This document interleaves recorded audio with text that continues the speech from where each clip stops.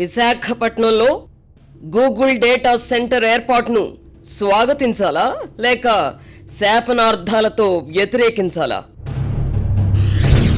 వేల కోట్ల పెట్టుబడితో ఏపీకి వస్తున్న డేటా సెంటర్ పై జగన్ అండ్ కో ఎందుకు విష ప్రచారం చేస్తోంది? ఆంధ్రప్రదేశ్కు గేమ్ చేంజర్ వంటి data centre Jagan and co కంటికి గోడౌన్లా ఎలా కనిపించింది? పులివెందులకు చేపలు రొయ్యలు రావడమే అభివృద్ధిగా భావించే జగన్ నుంచి ఇంతకన్నా ఆశించగలవా? నాసిరకం మద్యంతో ప్రజల ప్రాణాలు హరించిన జగన్ బ్యాచ్ కల్తీ మద్యంపై రంకెలేయడంలో అర్థముందా? తెలుగుదేశం జనసేన మధ్య విభేదాల సృష్టికి గోతికాడ గుంట నక్కలా కాచు కూర్చున్నది ఎవరు? మరో 15 ఏళ్ల పాటు కూటమి ప్రభుత్వమే కొనసాగాలని పవన్ అనడంతో జగన్ శిబిరంలో గుబులు రేగిందా?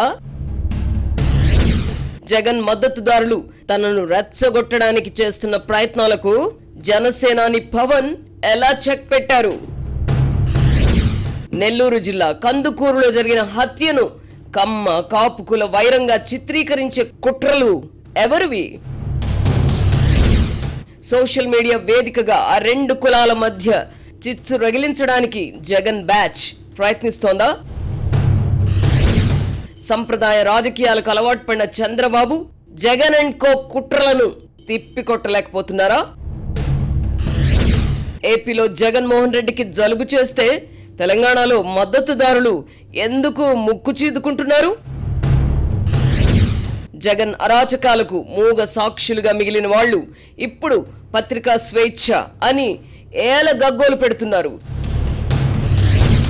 ఆంధ్రజ్యోతి సంస్థలపై విధించిన నిషేధాలు మోపిన కేసుల గురించి ఈ స్వేచ్ఛా ప్రియులు మర్చిపోయారా?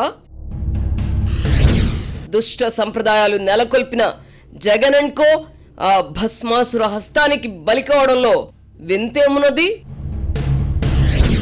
వర్తమాన రాజకీయ పరిణామాలపై ఆర్కే మార్క్ సునిశిత విశ్లేషణ. Weekend comment by RK. ఈరోజు రాత్రి 8:30 గంటల 30 నిమిషాలకు.